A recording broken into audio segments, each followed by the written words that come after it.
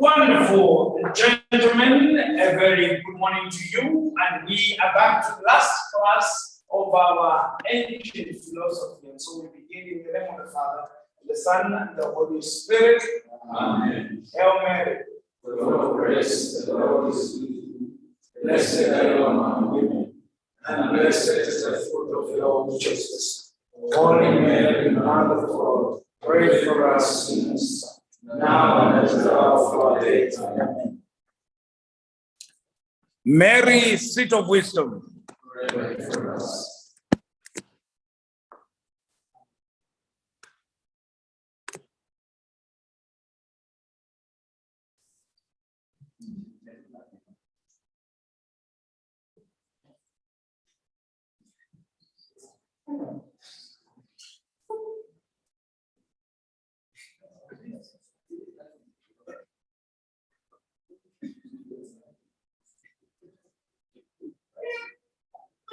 Lovely. So, welcome back to this class of ancient philosophy. We would like to finish Socrates, and it is good to start with a joke, as we always do. And the joke this time is on Socrates himself.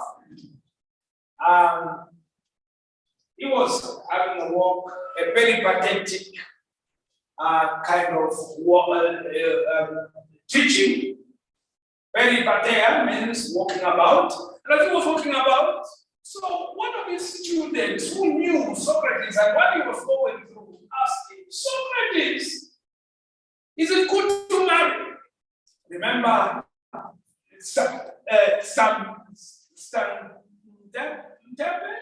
the wife of Socrates? He had issues, that's why he had to marry a second wife. So, is it good to marry? I said, oh yes, marry you must. If you marry a good wife, you will be happy. If you marry a bad wife, you will be a philosopher. So that explains why Socrates became a philosopher. Maybe many of you are philosophers because you have a bad.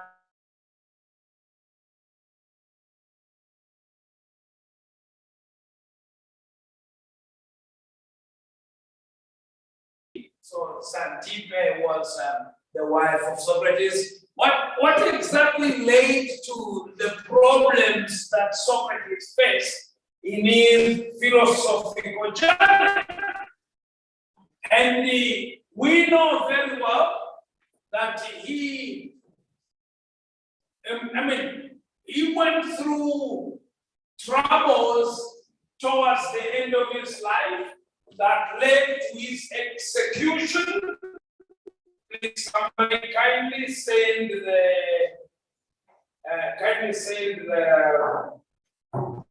message on our philosophy page so that we know where we are. Somebody has sent a message? Okay, I am still gathering something. Okay, it should be coming here. Right. So here we are in this last class of our ancient philosophy on Socrates, and we started Socrates because we want to look at this philosopher. As I told you, philosophy begins here. We have been dealing with the pre-Socratics. Yes, we have been having stories. We have been having what we call to kind of thought. Now we are entering proper thought with Socrates.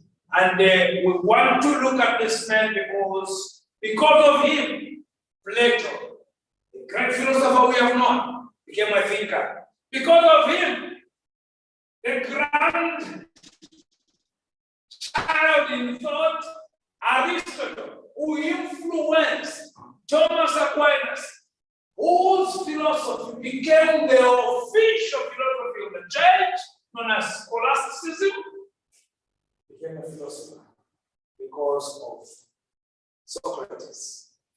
So we want to see the events that surrounded that surrounded the death of Socrates. And we want to look at what the brought that led to his tragic death in 399 BC. One, he was a soldier. He participated in the Peloponnesian War, and how that Peloponnesian War somehow affected the democracy of the 30 in Athens at that time, and how Socrates was linked to whatever happened during the Peloponnesian War. So we want to say in 411 BC, a group of citizens opposed to the Athenian democracy led a coup against the government, hoping to establish what we call the oligarchy. Though the Democrats put down the coup later that year, and we called Alcibiades to lead the Athenian fleet in the Hellespont. Socrates aided the oligarchs by securing for them an alliance. Alcibiades aided the oligarchs by securing for them an alliance with the Persian satraps. Now, Persia around that time was ruling. Remember, the king of Persia, if you have studied the bit of ancient testament, you call it Old Testament, right? Okay. You are doing Ancient Testament, you are doing the Old Testament, and one thing you will be made to understand is that in 587 BC, the Babylonians came to the southern kingdom and destroyed Jerusalem and took the Jews into Babylon. But somebody rescued them. And who rescued them? The one who rescued them was Cyrus, king of Persia. The Persians became dominant towards the end of the 6th century in 5-something there, and the Persians were like the superpowers.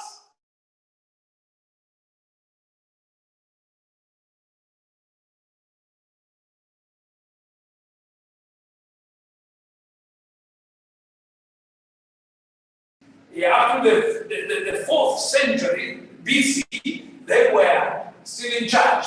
And around that time,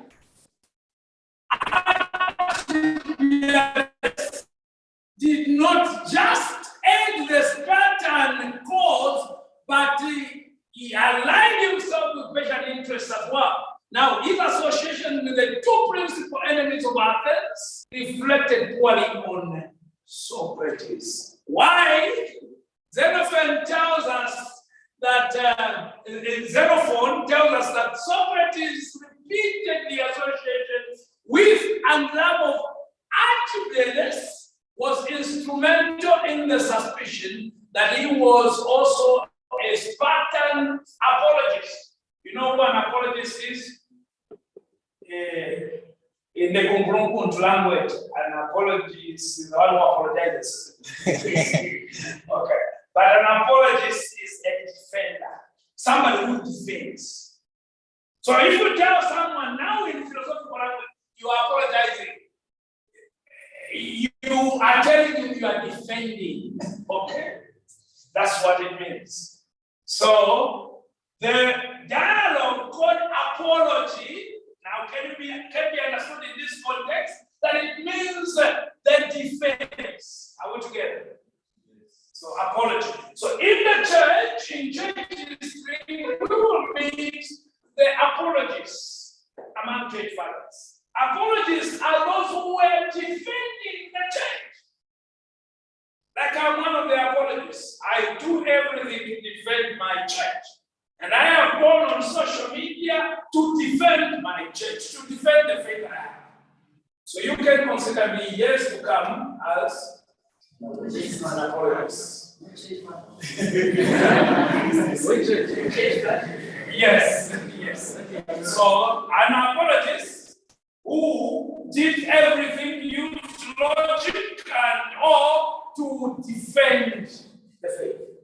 So Socrates is considered as an apologist of who? Of the Spartans. The Spartans were enemies of the Athenians. So now, if that be the case, Sparta did something.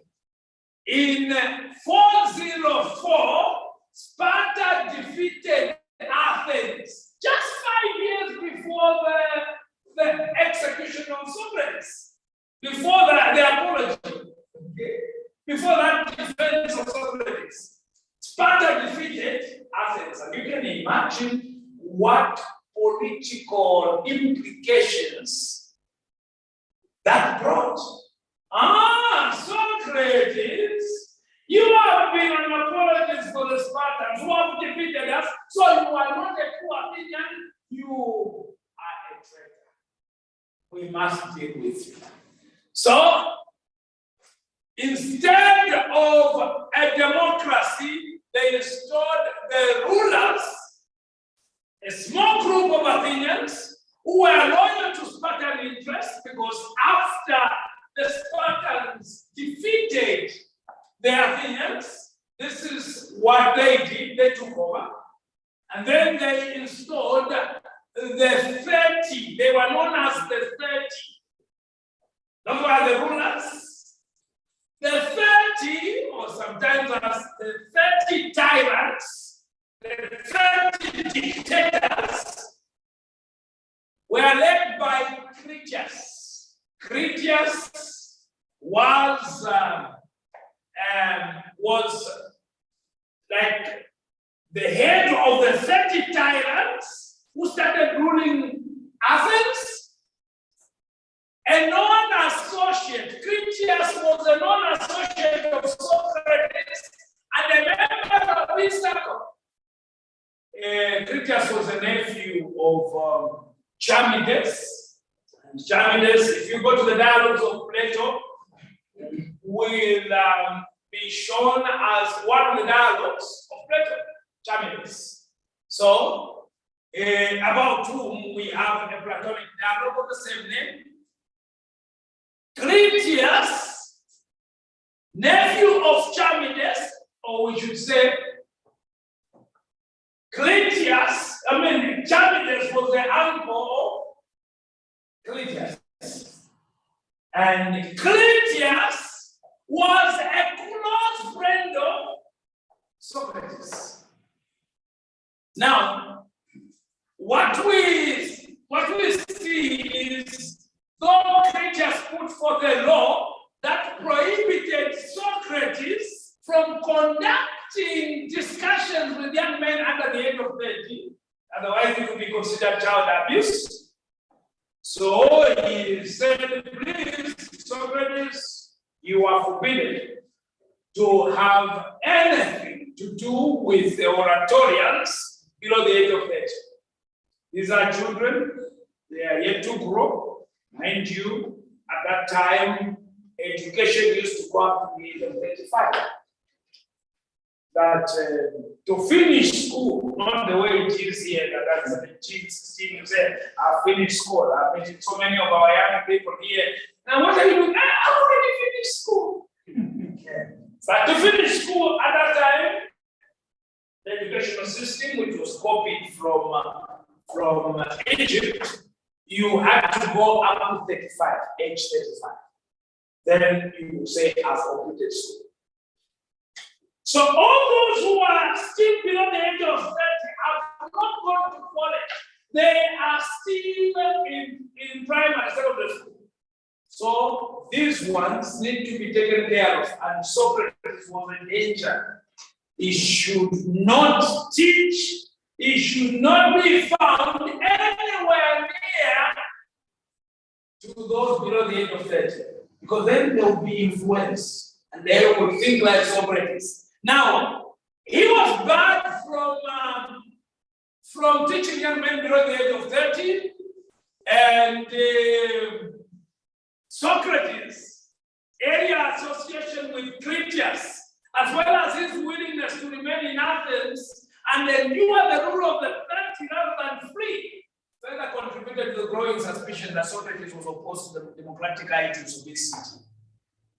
So, he didn't stop to teach those below, those below the age of 30, and he remained stubborn, he remained within Athens, even when the tyrants, were ruling the state at that time.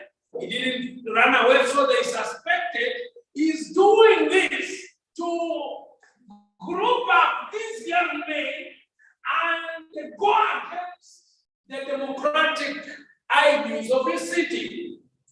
Now, the 30 that we are talking about ruled tyrannically, meaning dictatorially, if we can put it that way. They ruled as dictators. They had to say, do, don't, that's it. Everyone had to follow. Now, they executed a number of wealth Athenians, as well as confiscating their property, arbitrarily arresting those with democratic sympathies, and exiling many others until they were overthrown in 403 BC. By who overthrew them? It was a group of democratic exiles returning to the city. Now, both Critias and his uncle Charmides were killed, and after a Spartan-sponsored peace accord, democracy was restored. Thank God, it was restored, but not without a price. Many people had to lose their lives. Critias, a friend of Socrates, and Charmides, because of Critias being a friend of Socrates, Charmides was also close to Socrates. So he was a family member. He was a family friend in that regard. Now this tells us something. One of Socrates' main accusers was Eustace. If you go to the dialogue called Apology, now you understand what apology means, isn't it? Yes. So when you tell somebody, I want to apologize, you are telling now from now on that you want to defend yourself, okay? That you want to defend yourself. That one applies on That one applies on yeah, the philosophical arena.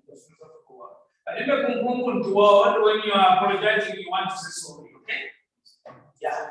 But in the philosophical arena, even when you'll be having if you'll be having, the debates, you say, excuse me, I have an apology. I don't agree with what my worthy opponent has said, and here is my apology to the point I raised. You get it? So your apology means your defense to the point that you raised. So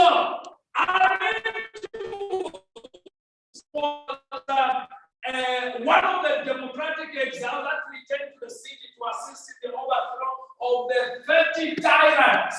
Remember the 30 tyrants? And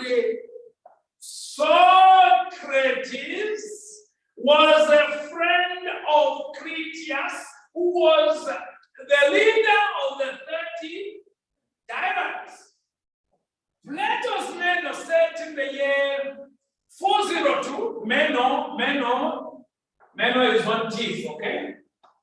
We are not referring to tea. It is a dialogue of Plato. Okay? Called Meno. Now, in the Meno, which was said around 402, 3 years before the execution of Socrates, between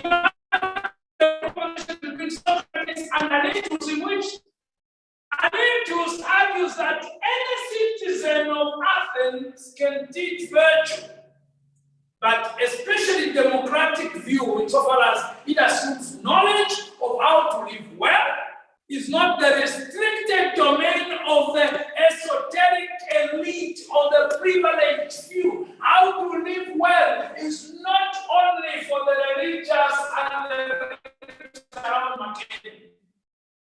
It is also for people in Chipolia and in Kwabaule. Okay? There is yet to know the difference in terms of suburbs. Kwa is for the low class or the middle class. Kwa Georgie, Kwa Baule.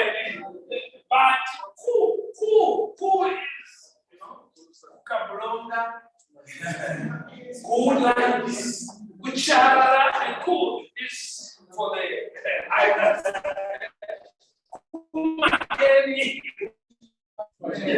But okay.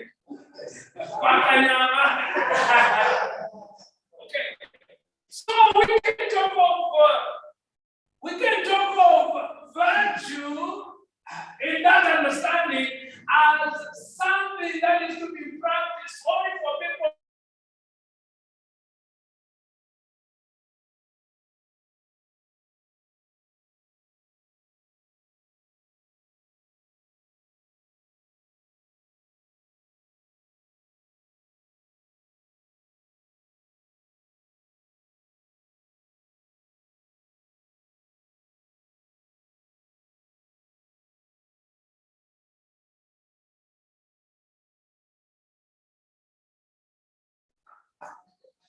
Okay?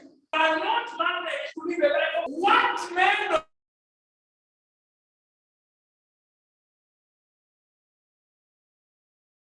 virtue. Who should be an expert on virtue? A philosopher should be an expert on virtue. Now, because of the amnesty are we talking about? The pardon. Somehow Socrates was pardoned. Socrates was pardoned from the political crimes or the suspicion that he was siding with the tyrants. That was the amnesty that was given to Socrates. You understand what amnesty is? Yeah? So it's a pardon. It can be a political pardon extended to somebody. And on charges connected to betrayal, Socrates was free or was exempted or was excluded from those charges. They had to look for other charges to bring against Socrates, as recounted by Diogenes Laertius. Remember Diogenes Laertius? His name has been coming up. Diogenes Laertius is the man who wrote the book of the dead philosophers. He's a historian, okay? Historian of philosophy in the early centuries. The charges were stated as follows. Since they removed the charges against Socrates connected to political betrayal, they had to look for some other charges to put him to death. And they were stated as follows. Socrates does criminal wrong by not recognizing the gods that the state recognizes, one,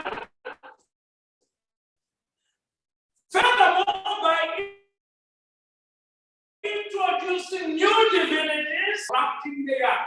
So please remember this. If I, in the exam, ask you to state what exactly the churches brought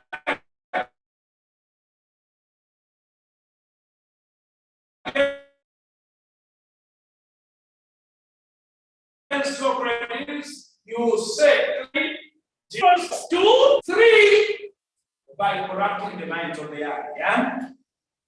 So he might have been a selection, I suppose. Socrates was a selection, right? He was in love with the young. I mean, he was always with the young people. In that regard, as Salesians are. And you know, as Salesians, we have a big task because what we say to those young people remains.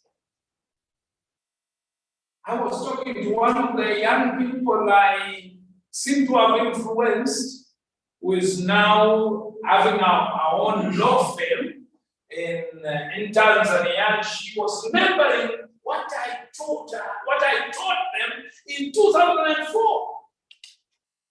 And I still remember when you used to come to our school. That time I was in Form 5, 2004, and I remember what you told us. Unexamined life is not worth living. They didn't know that those were not my words. Those are the words of Socrates. And Socrates did not even invent those words. They were there before him. Unexamined life is not worth living. So you have to be reflective. And without living a reflective life, you will never go anywhere. Say, Father, from that time, I started writing my journal. And now I'm able to take notes from there, and she has even written 2 books from the reflections. Now, that's the influence we can have on young people. Whatever we say, whatever we tell them, sticks. Socrates was seen as a threat because whatever he would tell those young people would stick. And they would become a danger to the state. So, Greek religion and Socratic impiety. Socrates and his contemporaries lived in a polytheistic society. Poly means many, right? Theos, God. So polytheistic society was a society that admitted of many gods. That there are many gods in the society, that there are many gods. And so, it is a society in which the gods did not create the world, but themselves created. That's what Trump is over. If gods are created, then, like one of the young people asked me, Father, I want to ask you, who created God?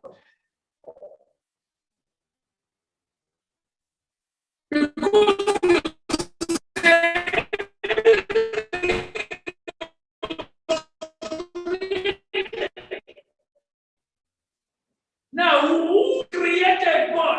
I said, if I answer that question, I'm talking about the God I want to tell you. If I answer was God who created him, then it is not the God that I was. God who created the God that I'm talking about.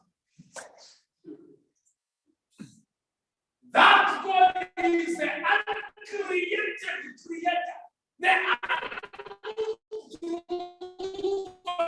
as we are going to hear in Aristotle himself, who talks about the unmoved mover, that which moves and which moves everything else itself unmoved. Just by admiration, as objects admire it, they start moving. That's the unmoved mover. That in the earth starts moving because of admiring that object. Like, how some of these ladies you see in the street, become the unmoved movers. Somebody is just standing there, and your eyes are including. And because of that, you start to hit yourself in a tree, and the tree falls and lands up in something else, and that's something else runs away. That's how they are unmoved mover. So we want to say that Socrates was not happy with the world he found himself in. Socrates would have been brought up with the stories of the gods recounted in Hesiod and Homer. Hesiod and Homer are the Greek mythologies. Remember? These are the Greek mythologies in which the gods were not omniscient. What do you mean by omniscient?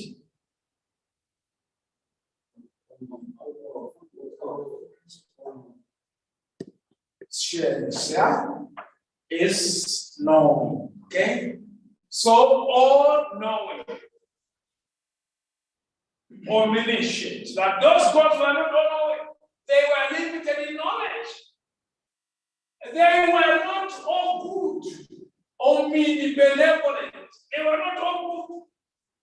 They were not eternal, but rather power-hungry super creatures that regularly intervene in the affairs of human beings, that would even fight, that they would even quarrel. The gods used to quarrel.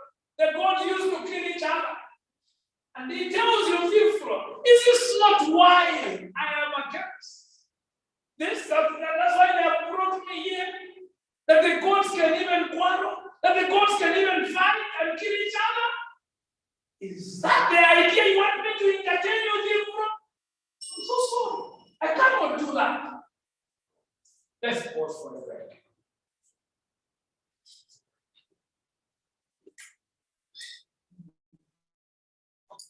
So, we want to continue from here and see how this is flowing, and how this man, Socrates, ended up losing his life. For me, he remains an example of virtue.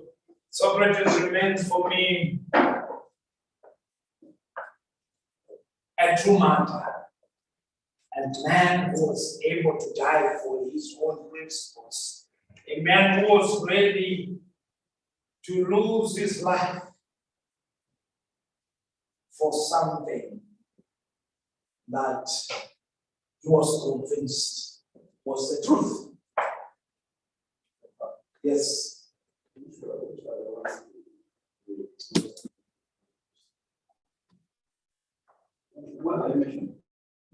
Which are the gods that he introduced? No, even I need to study it, explain. He just said he introduced new deities. Which are the new deities? The deities that are the gods that are against the Athenian gods. For that Socrates introduced the gods that don't die, the gods that are eternal, the gods that are ideal, that have ideal values. Those are the ones that is said to have introduced. And these are the ones that we want to talk about. You know? Mention to say yes. So we want to say that he was closer to the Christian truth. Because what Christianity came to do was to purify religion. That's what Jesus came to do. Jesus had a similar mission to that of Socrates. He came to purify religion. That's why, like the fuller's fire says, Malachi is going to purify. And that's exactly what Socrates came to do on Athens. Yeah. Did he manage? That's a good question. Did he manage? He managed by his death. That death brought transformation in the land markets. He says, he tells them when they condemn him to death, if you think that by killing me you suppress the truth, you are mistaken. But because he says, some others will rise after me. The truth cannot be killed. It can only be suppressed. And the more you suppress the truth, the more it bursts out. Since the others will come. And who are those? The Platos. Yeah. This God. So, they are saying that they were fighting among themselves. The gods, yes, the Greek gods. They were fighting. They were even killing each other. Yes, even now, you know that Satan, there was a war between angels and Satan. Yes. So, for me, I think somehow they are connecting. What they were doing with these gods is like the same like our God. Our God. Yeah. So, That our God also was. like it. Yeah. Okay, now, is this now what Christianism here is advocating for? But, what we are trying to say here, to say the gods used to fight, and even if in our Christian faith we have similar mythology, similar myths, okay? That the heavenly bodies, the divinities used to also fight. There was a fight. But that's just a way of telling us that there has always been, from the beginning, the two forces, good and evil. But God is good. And the God who is good all the time, and all the time God is good, and that is better, cannot fight in himself. The forces which were fighting were those forces which were not God. Now, are those gods when Satan take about the mythology of gods and Satan? Is Satan God? Is Satan God? Yes. No, Satan is a negation of God. If you take the traditional square of opposition, God is A and Satan is O. It's the contradictory, it's the opposite side. The Chinese talk of yin and yang. Yin and yang, the black and the white. The white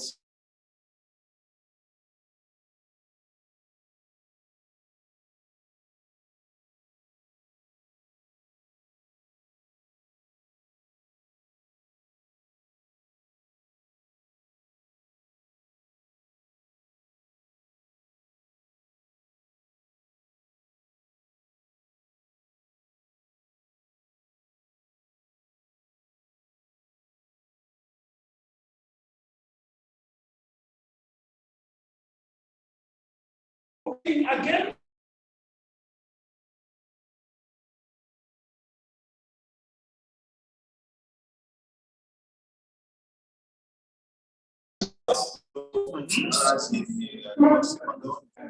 No, they believed in all of them. Yes, all of them are. It was polytheistic. So there was God is the God of rain. It has to rain. Oh wait, but although it has to rain, I need one also children. God of fertility. For me, I just connecting that with our faith. We talk to the Father, the Son, and the Holy Spirit. When it is about saving the world, the Son, that means strength. You see the Holy Spirit. About Son. But now, even now, what they call a certain Christians, but they never quarrel. They are never quarrel. We are talking over.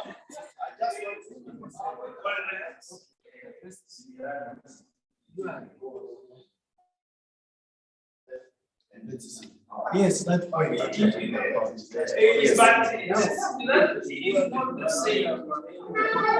That similarity is completely different because Our conception is that God, in His immanent nature, is good and one and good.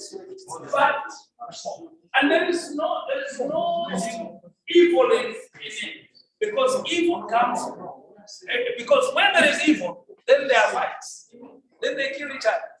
But God can never die.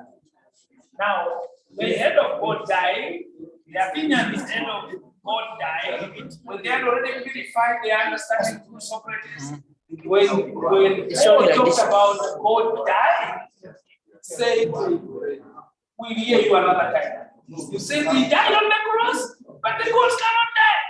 They're immortal. If they're immortal, why don't you die? Say, wait, I haven't finished. He rose from the dead because death cannot hold him.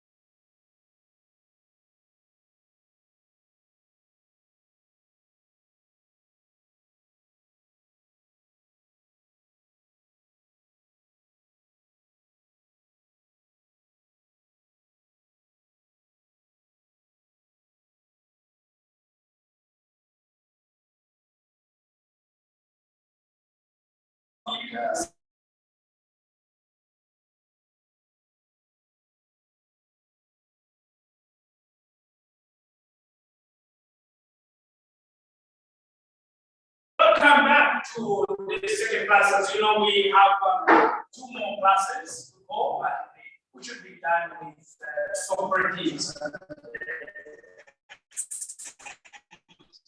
Here we are.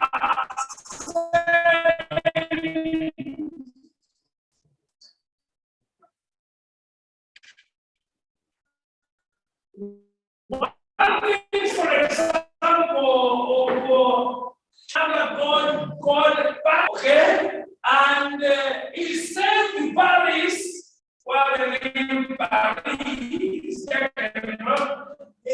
from death. Paris was a god.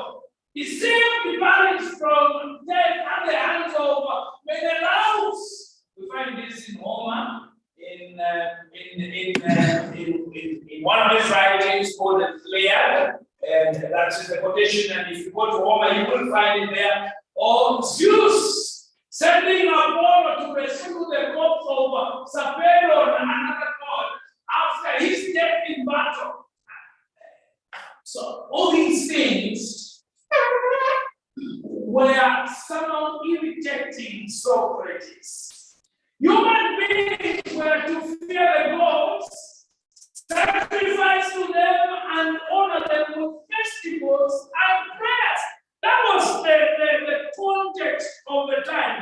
That was how people understood life. Now, Socrates instead seemed to have a conception of the divine as always benevolent. Now, these are the new deities. Socrates is introducing as precious as what are the new gods that he introduced? He introduced the gods that are benevolent, meaning all good. They don't do anything for their selfishness. They are truthful, authoritative, and wise. They are ideal. They stand up there as ideal. They are supposed to be examples of greatness. Now, for him, divinity always operated in accordance with the standards of rationality. The divine must be rational. And so this conception of divinity dispenses with the traditional conception of prayer and sacrifice as motivated by hope for material payoff, because they believed that when you sacrifice, when you give offerings to the gods, you are going to get something in return. This is somehow what many of our believers think. That when they give offertory, When they do this, they do that, then God will favor them. Now, if that doesn't happen, then they start losing their faith because they have a wrong conception of faith. You cannot bribe God, can you? God, it used to happen in the years past. God used to be bribed with the indulgences, as they were called. That when somebody had lived his life wrongly, in a terrible way, somehow you can just take the money, take to the parish priest, Father, he died, and he wanted to get a priest. We have brought more here. Please, okay, the parish priest checks, okay. Yeah, 2,000. Okay, Mass will be celebrated, that's okay. $1,000. But his sins were too much. 2,000. Do you think you will accept?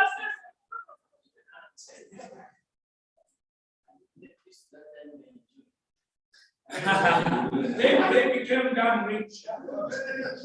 They just like many of our small churches here, which are becoming rich because people think that they get more blessings when they give more. They are encouraged by that. Now, this is what Saint Socrates, if we can canonize him now, didn't like. He wanted a religion that is pure. Yes. Isn't that also the issue that this one, Martin Luther, was against? Yes, Martin Luther raised issues around that. Exactly. Correct. Now, Socrates' theory of the divine seemed to make the most important rituals and sacrifices in the city entirely useless. That they are useless. They don't help you at all. For if the gods are all good, they will benefit human beings regardless of whether or not human beings make offerings to them or not. They will make offerings to them. That they will show goodness. If God is good all the time, and all the time, God is good, and that is his nature, his goodness will not depend on you, on what you are doing. He remains good. He will never be affected by what you are doing, but you get affected by not doing what he's asking you to do. You get me? Yes. So it is your problem. Don't go into the chapel there. Okay, go down here. I don't be happy now. I'm here. Are you not happy now? That's what I came to do. You laugh at your son. I don't become happy. I don't become happy.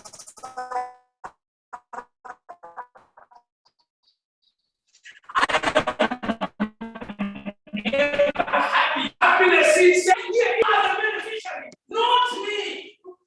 That's why one of the prefaces in our Eucharistic prayers, weekday, preface number 4 for the weekdays says, "For you have no need of our prayer.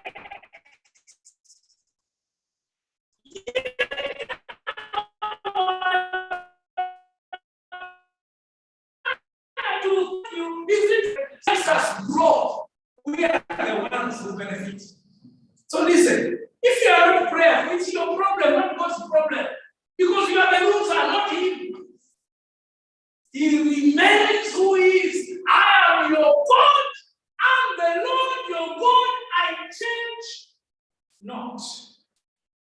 Yes, ma'am. I'm not doing that. If you say the goodness of God doesn't depend on how as human beings act. It's never affected. It's never affected. So what about the hell? If God was always good, Yes. either I'm bad or not.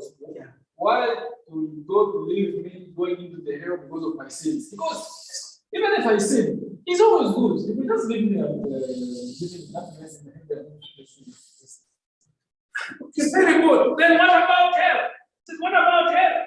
Now, hell is not God's creation. It is my creation. I'm the one making my own hell. That's why I'm telling you, you're not going to the chapel. It doesn't affect God. He remains where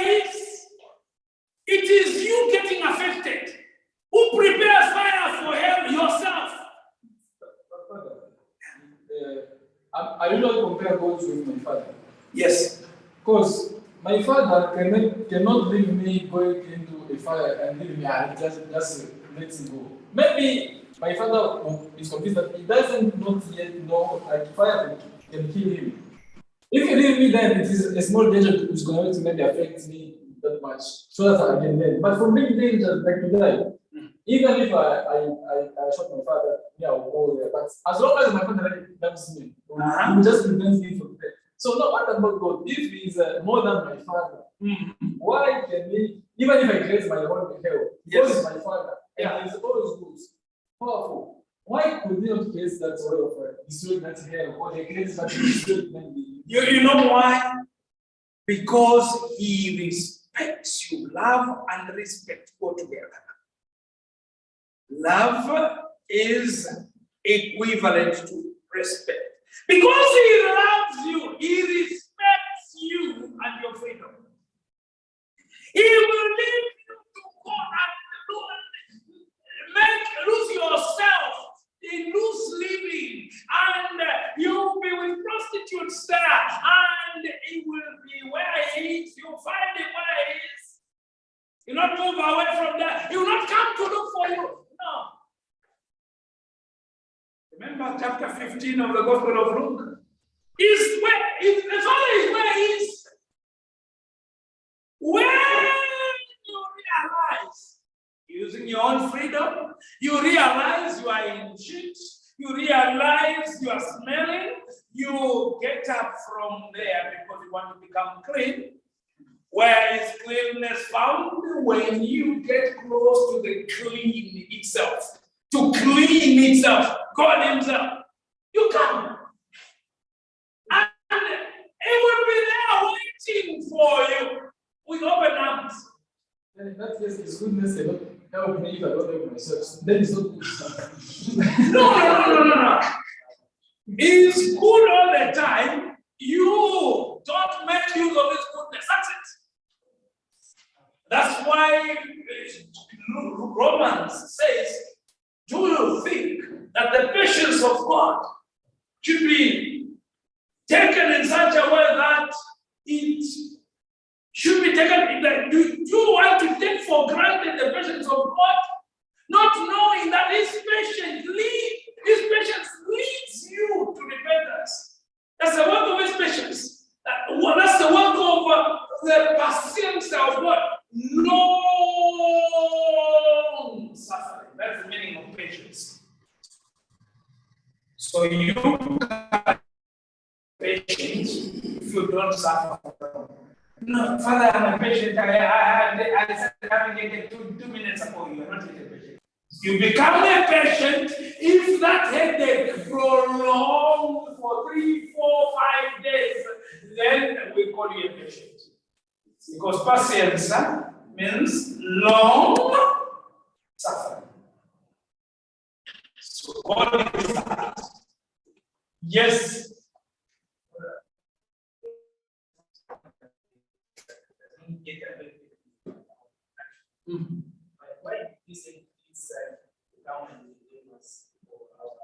Because it is good all the time. It is because it's good all the time and all the time. And when he sent his son, he didn't come to force anything on humanity. No, he sent his son, and the son was passing by to all who believe and live according to his will. He made them adopted sons. To all who accepted him, because he has so much respect for us. He doesn't force anything on us. He has given us that free will. And that free will is a sign God has shown to us that he respects and loves us. Yes, Father, my question is, you are saying that God doesn't accept.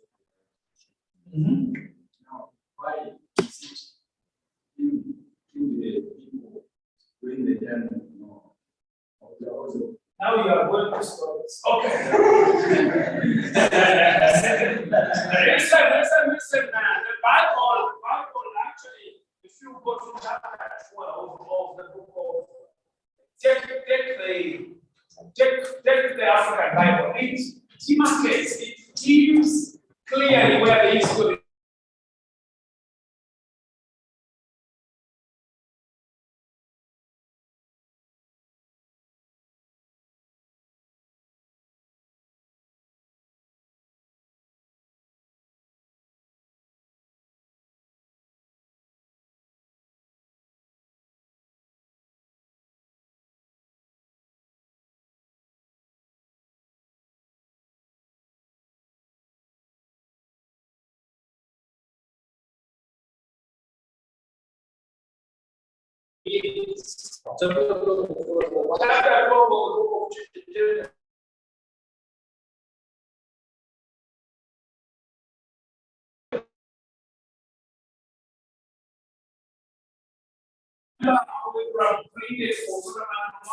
And we'll take up that topic in now. Let's continue with Socrates. Now, Socrates was critical of blind acceptance of the gods, and the myth we find in his Shodanoma. So he didn't like that blind acceptance of the gods. This in itself was not unheard of in Athens at the time. Why? Because Solon, Xenophon, even Heraclitus, and Euripides had all spoken against the capricious tendencies of the gods without incurring penalty. Okay? It is possible to make the case that Socrates' jurors might not have indicated him solely on questions the gods, on questioning the gods, or even of interrogating the true meaning of piety. There was something else. There was no legal definition of piety in Athens at the time, and jurors were therefore in a similar situation to the one in which we find Socrates in Plato's Euthyphro. In Euthyphro, we see what is happening. Socrates is outside the court of law waiting for his case to come up. That is in need of an inquiry into the nature of piety fully, because Euthyphro is bringing his dad to the court for impiety. And Plato Socrates asks Euthyphro, what is piety? He wants to know the nature of piety. And I'm coming to you, Tapio. So what seems to have concerned the jurors was not only Socrates' challenge to the traditional interpretation of the God of the city, but his seeming allegiance to an entirely new divine being, which was unfamiliar to anyone in the city. That you have been used to thinking about gods in a particular way, and somebody comes to tell you the gods don't kill each other, the gods don't fight, the gods don't wait for your sacrifice, they don't wait for your offering. Who does it think he is? Our fathers, great intellectuals, have been bringing offerings, and now he wants to render our offering useless. And what will our priests think? Because they depend on this. Oh, who cannot be against Socrates?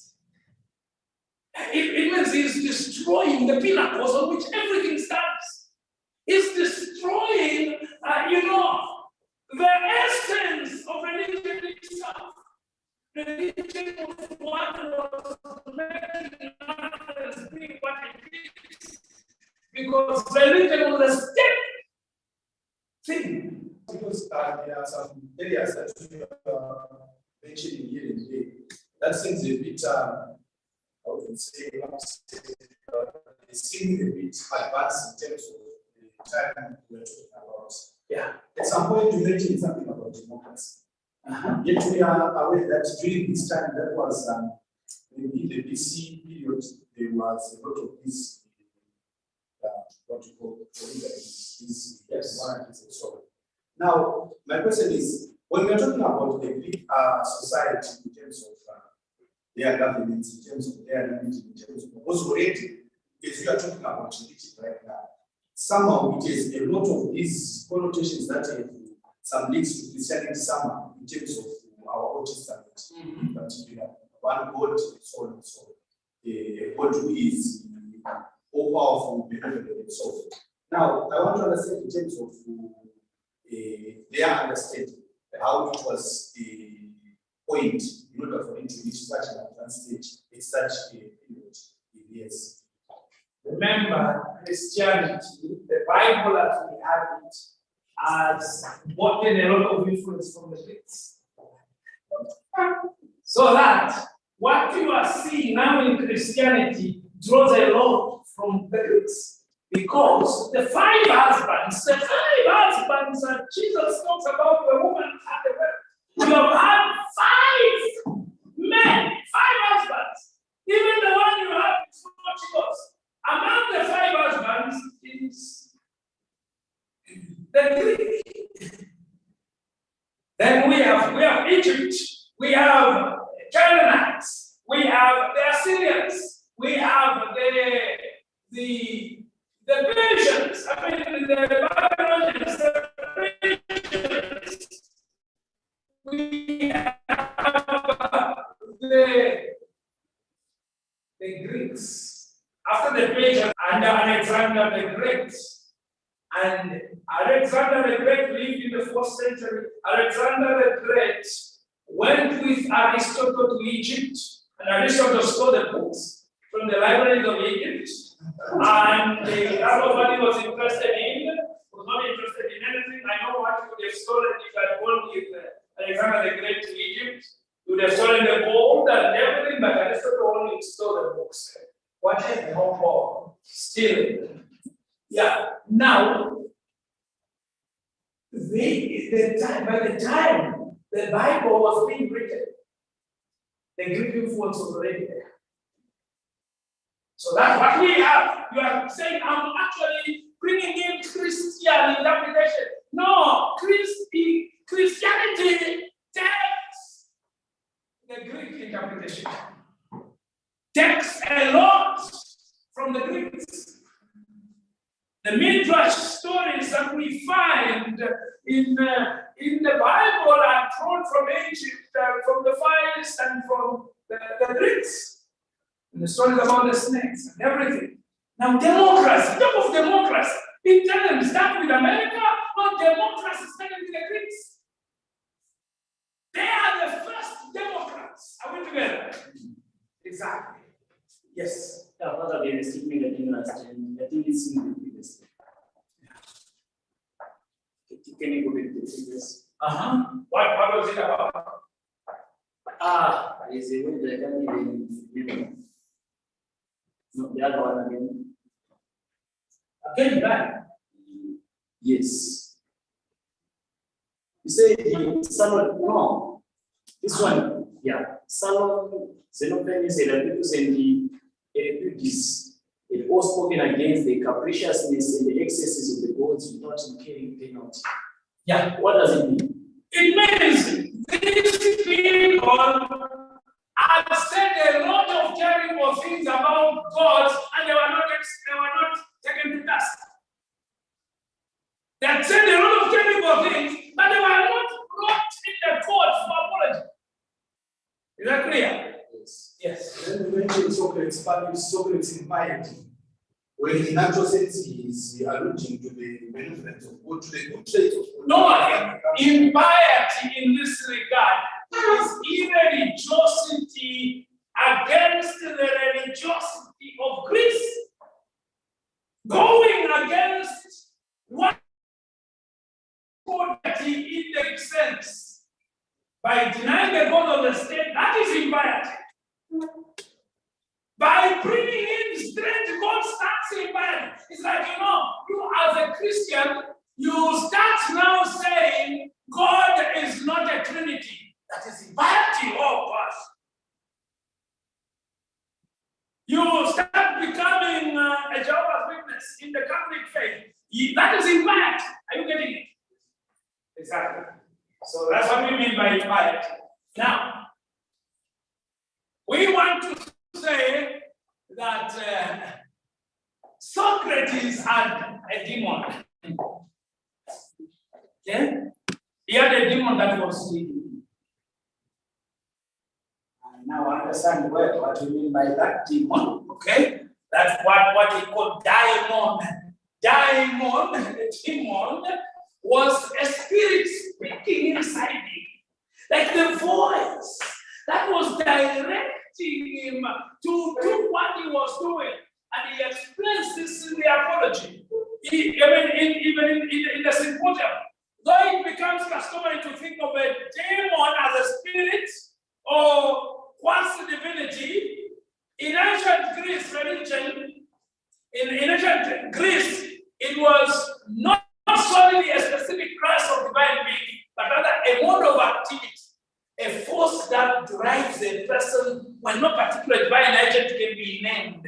That force within you, that voice, that conscience, that tells you, do this and don't do that. That's a demon. A good one for that matter. Are we together? Now, Socrates claimed to have heard a sign, a voice from his days as a child that accompanied him and forbid him to pursue certain courses of action. No, don't do this, Socrates. That was daimon. Okay? That was a daimon. Now, the problem of Socrates, we are here. The problem of Socrates. Not the problem, but problem of Socrates. Okay? What do we mean by problem of Socrates? Because Socrates never wrote anything. He never put down in writing anything, so we cannot know what he said and what he did not say. And this has been the issue of also in our Bible. Since Jesus, the only time he wrote something was in chapter 8 of the Gospel of John. It's the only time we find Jesus writing something. And his writing was irony. It was like telling these fellows, you are making no sense in accusing this woman, caught in adultery. And he bent down to write something. But after that, we don't even know, first of all, what he was writing. No one even took a photo. Though if you go to Israel, you may find somebody telling you, yeah, it's where Jesus wrote something. That was the narrative. But the thing is, nothing is said to have been written by Christ. So what we see are the specs of those who witnessed or witnessed through others what Jesus was saying and could have said. So is Socrates. He never wrote a thing, but he said a lot of things. So what we have in our hands are the things that others said, which might have been done or said by Socrates, but we are not sure. It could be that those others were just trying to sell their own ideas, or they were just trying to be prejudiced against Socrates. And so this brings about what we call the problem of Socrates, ascertaining exactly what his philosophical teaching was. And we find this in Xenophon's, in Aristophanes, and the clouds, in Plato, in Aristotle. So we're going to examine this more to see what they say about Socrates. Now, there was no problem. For a long time, there was no problem with Socrates and what he might have said until the 19th century. That's when this problem became a problem.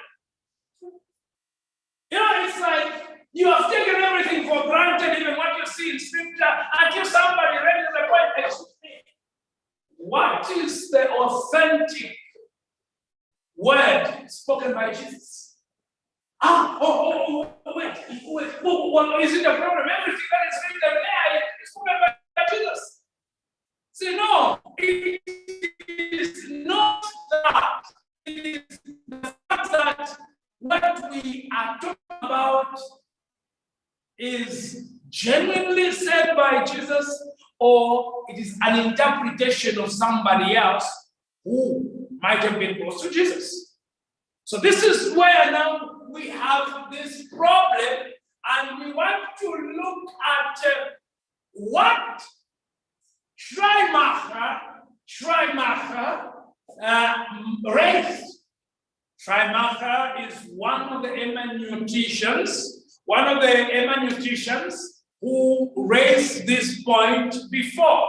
Schleiermacher tells us something about what we need to know on Jesus and what is, on what we need to know about Socrates and what exactly is a genuine word spoken by Socrates himself.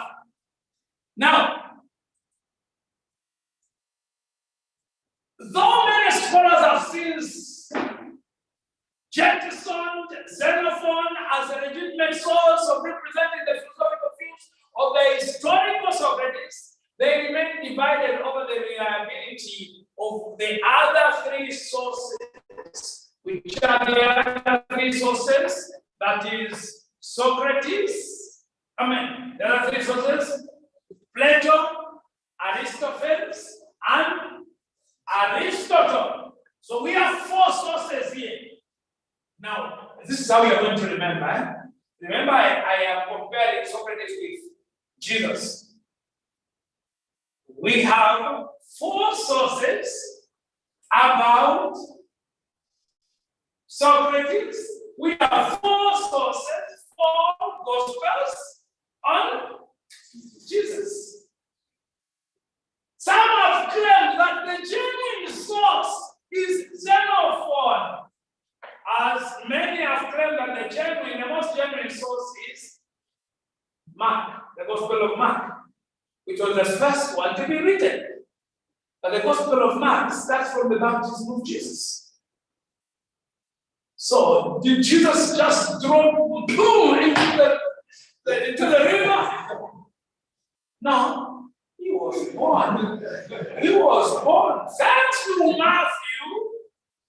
to Matthew and Luke, we are able to celebrate Christmas, drawing from these two sources to know exactly the events that surrounded the birth of Jesus.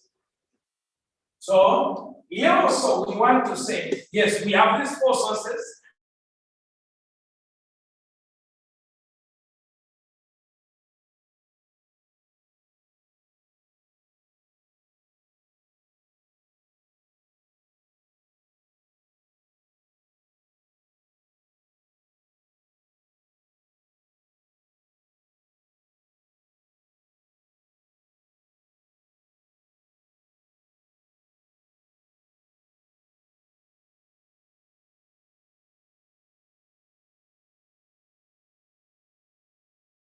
Because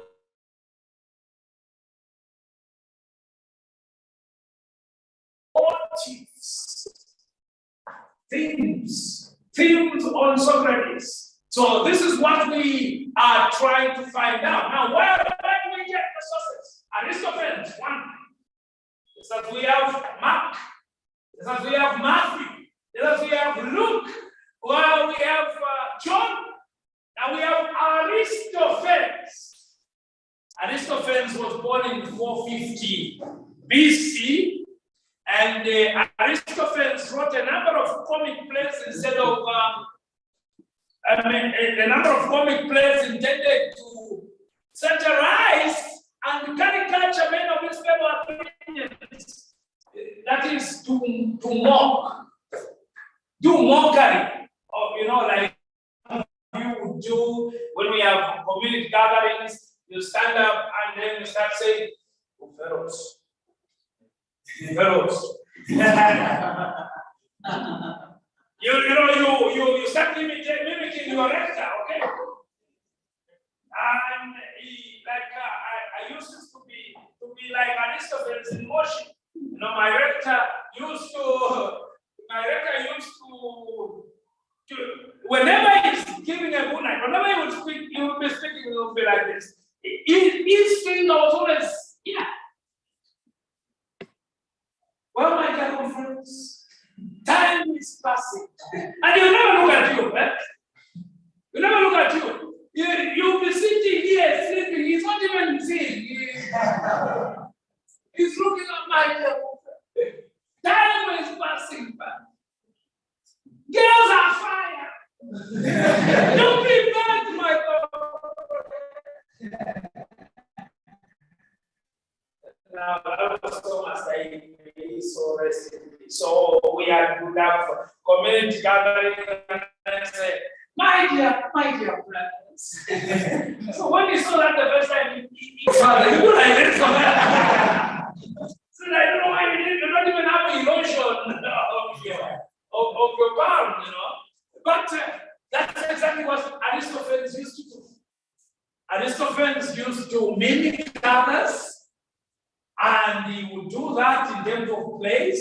And one of these was clouds, the clouds that he wrote in 423 BC.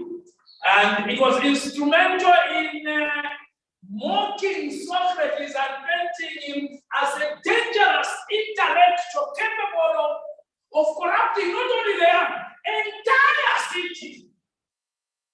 That Socrates felt compelled in his trial during the defense to allude to the bad reputation that he acquired as a result of the play called The Clouds, and we find this in the Apology, chapter 18, verse AB, chapter 18, verse AB, and verse 19c. Yeah. I call the dialogues of Plato as the Bible. What is the Bible?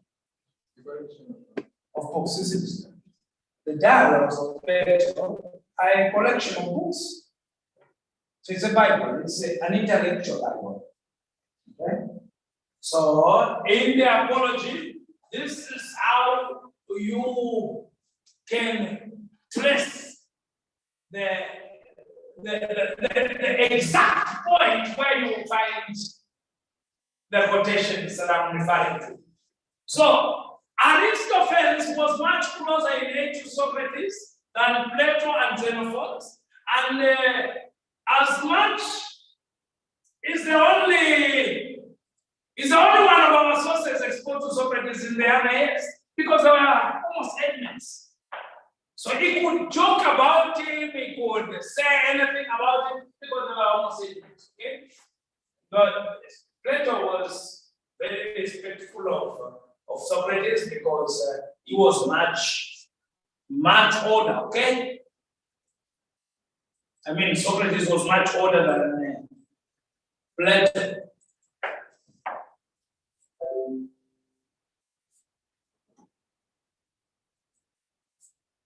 Now, in the play, Socrates is in that play called The Clouds. Socrates is the head of a Frontarion, a school of learning where students are taught the nature of the heavens and how to win court cases. So Socrates, in this regard, is seen as a sophist.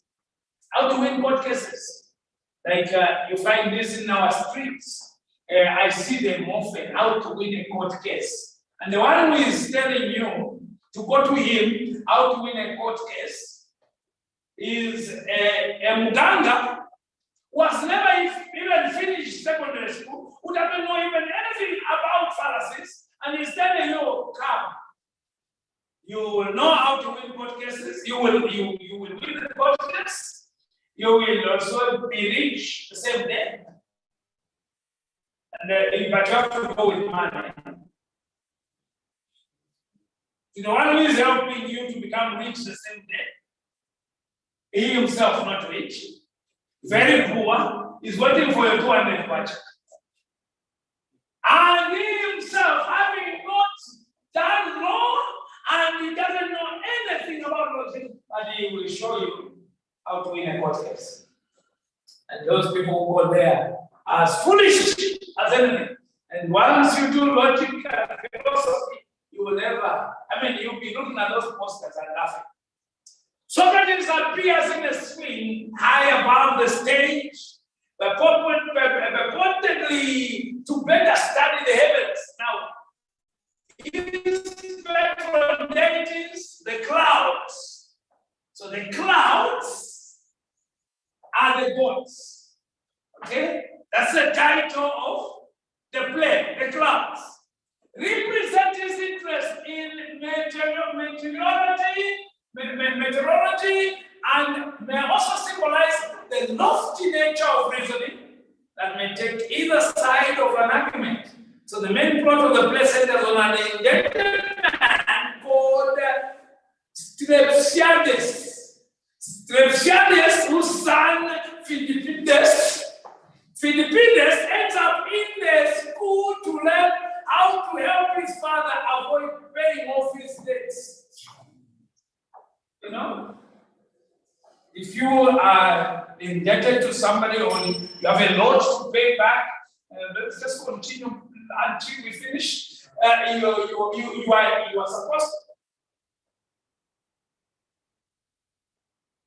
You are supposed to pay back, and then you are taught how to convince your landlord or the one who was lent you the money, how to tell him that actually this is the most useless activity one can get into, taking money from somebody whom you borrowed from. You look for a syllogism that will show that that money is actually no longer supposed to be paid back. So you indicate that what has been given is in the past. That which is in the past should not be taken.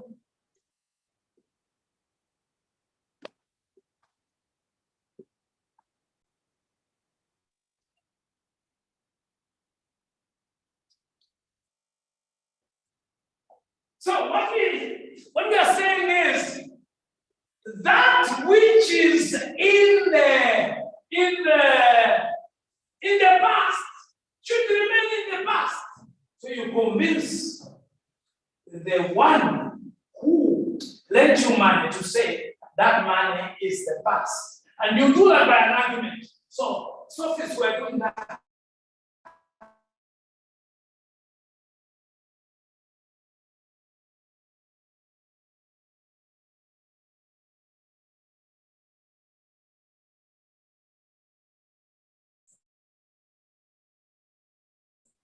And to convince people that you can also not pay back your debt. Just come to me. Just not to pay back their money. So we have so much in Aristophanes. While the crowds is Aristophanes' most famous and comprehensive attack on Socrates, Socrates appears in other of his comedies as well. Another comedy is The Birds, which was written in 414 BC. Aristophanes coins a Greek verb based on Socrates' name to insinuate that Socrates was truly a Spartan sympathizer. This is one of the things that brought Socrates into trouble. Because even in that comedy, they show that Socrates was sympathizing with the Spartans who did what in 404? They defeated Athens. Yeah? Now, that he was a sympathizer. Now, young men who were found Socratizing meaning following Socrates and listening to him, were expressing their admiration of Sparta and its customs. The other comedy is the frogs. The chorus claims that it is not refined to keep company with Socrates, who ignores the poets and wastes time with frivolous words and pompous word scrapping. That Socrates was very proud. That's what he is portrayed to be. A proud man who will use very proud phrases and words that when he speaks, you remain looking for the meaning of that word. He will use the words like concretizing. And what did you say, Socrates? I said, stop concretizing. You are a great man, and they will clap for you. And somebody will raise his shoulders and say, I've used the word they don't know, like Bomo here in Zambia. He uses Latin and he anglicizes Latin, makes Latin English. And when you do that, actually Latin words become big words when you put them in English. That's what actually most of these scholars do. In fact, medicine, medical terms are all in Latin.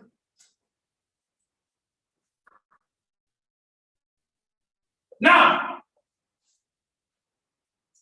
amongst other things, Aristotle was troubled by the displacement of the divine through scientific explanation of the world and the undermining of traditional morality and custom by explaining that the exploration of natural life that appeal to nature instead of the gods.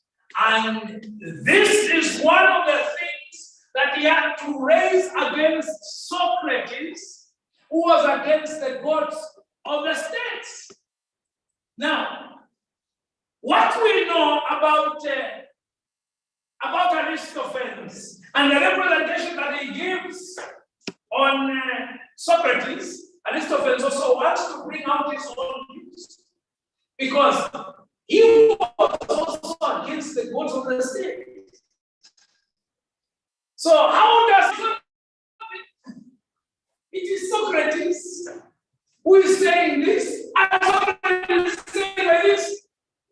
You know, like you go to tell your friend, you know what James is saying? James is saying you are stupid. You are useless. You are good for nothing. Now, for you to tell your friend that James is stupid, you will not go to talk. How do you go to Evans to tell Evans? Evans, listen to what Pascal was saying. Pascal was saying you are actually an elephant. You are an elephant, and that you even have ivory. You got to tell him that when you surely know it's not. So if for you to condemn that, it means you also believe that it could be true. You're just confirming. Xenophon, born in the same decade as Plato, in 425 BC, Xenophon lived in the political den of Achaia. Though he knew Socrates, he would not have had as much contact with him as Plato did, because he was not present even in the courtroom on the day of Socrates' trial. We have checked through the apology and we have realized Xenophon is not mentioned there because he was not there, but rather he had an account of it later on from Hermogenes, a member of Socrates' circle, a member of those who were close to Socrates. Now, his depiction of Socrates is found principally in 4 words. Apology. So there is apology of Plato and apology So there is the apology of Plato and there is the apology of Xenophon. So apology in which Socrates gives a defense of his life before his jurors. And then he has also written memorabilia. Memorabilia in which Xenophon himself explicates, somehow makes clear the charges against Socrates and tries to defend him. So memorabilia is an apology of Socrates. It is an apology of Xenophon on behalf of Socrates. Then symposium. Listen, don't confuse. Now I'm talking to people who have not even read one of the dialogues. You have read one? Which one? I know that's the shortest. But the shorter one is great. You can also go through it. You read it, right? Yeah, that's another short dialogue. Now, symposium is a dialogue found in Plato, but it is also a name of the writing of Xenophon. So we find two of these similar, apology and symposium. So don't confuse, understand that symposium is written by Plato and it is also written by Xenophon. Now, the symposium of Xenophon is a conversation between Socrates and his friends at a drinking party. They were having a drink and they were having a conversation, an intellectual conversation there. Now, Oeconomicus, a Socratic discourse on estate management, how to manage your farm, how to manage your affairs, how to manage your business. Socrates also appears in Xenophon's Hellenica and Anabasis. So we have a lot of writings about Socrates in Xenophon. Now, Xenophon's reputation as a source of the life and ideas of Socrates is one on which scholars do not always agree. They don't agree why it is thought to be a significant, it was thought to be a significant source before the 19th century. For most of the 20th century, Xenophon's ability to depict Socrates as a philosopher was largely called into question. Because first of all, Xenophon was not a philosopher. Was not a real philosopher. So we cannot depend, we cannot rely on the source provided by Xenophon for us to get to real philosophy. And thanks to Schleiermacher. Schleiermacher is the one who presents to us the fact that this is not a reliable source. Following Schleiermacher, many argue that Xenophon himself was either a bad philosopher or did not understand Socrates. And not a philosopher at all. More concerned with practical, everyday matters like economics. So, if you are a carpenter, everything you see will be a hammer and a nail.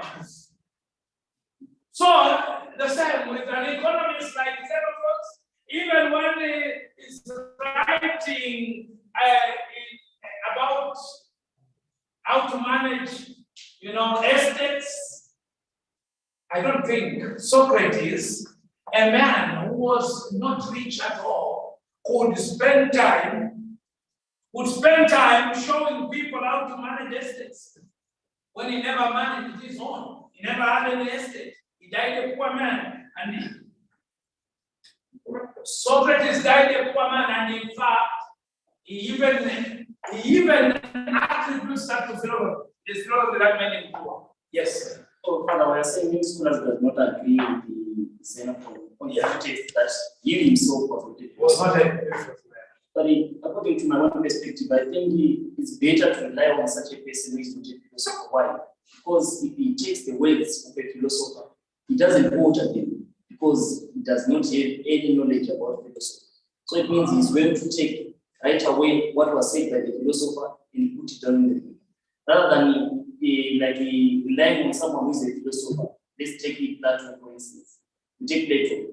He is going to make a lot of corrections. Right. In those things he's going to take from Socrates. And that philosophy will not end up being Socrates' philosophy. It will be a combination, like a compound of the Platonic philosophy and Socrates. So I don't know. This is how I think. Yeah. No, your thinking is correct, but it is also defective in the sense, you would rely on me, who knows nothing about economics, writing about Dambisa Moyo in the dead age, trying to report what Dambisa Moyo said about dead age when I know nothing about economics. Will my representation of Dambisa Moyo be the correct one? I will not even remember certain words, certain technical words that Dambisa Moyo might have used. I will even think that he used this word, and I actually maybe memorized it when it was supposed to be a technical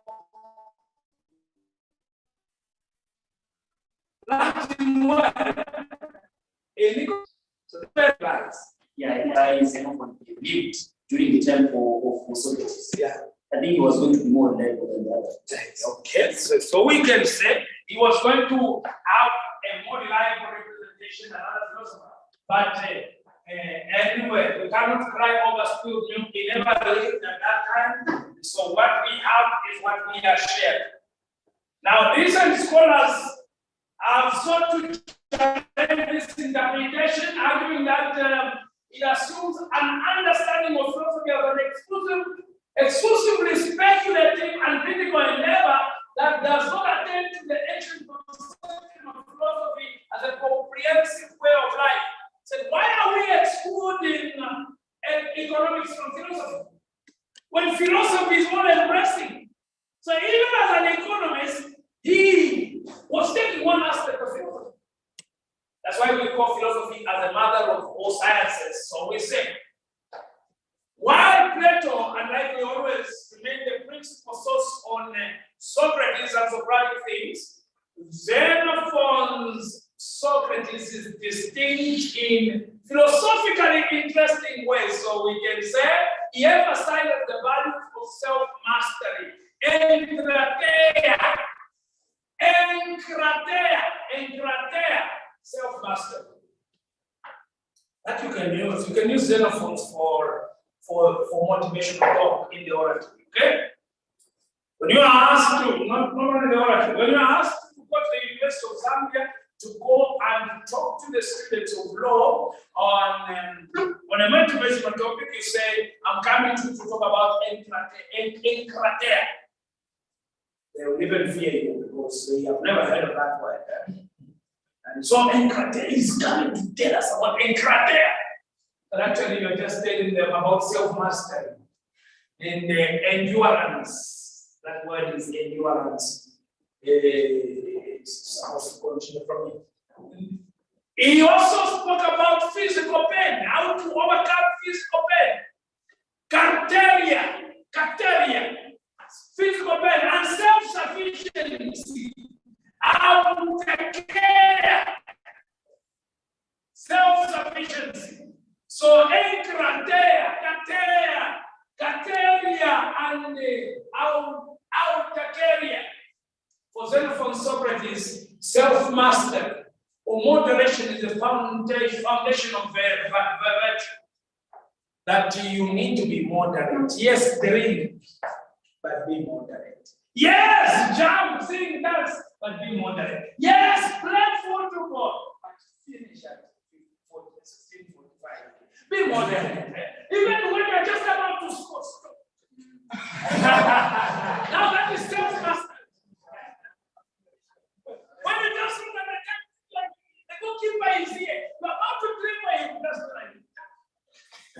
Why are you not snoring?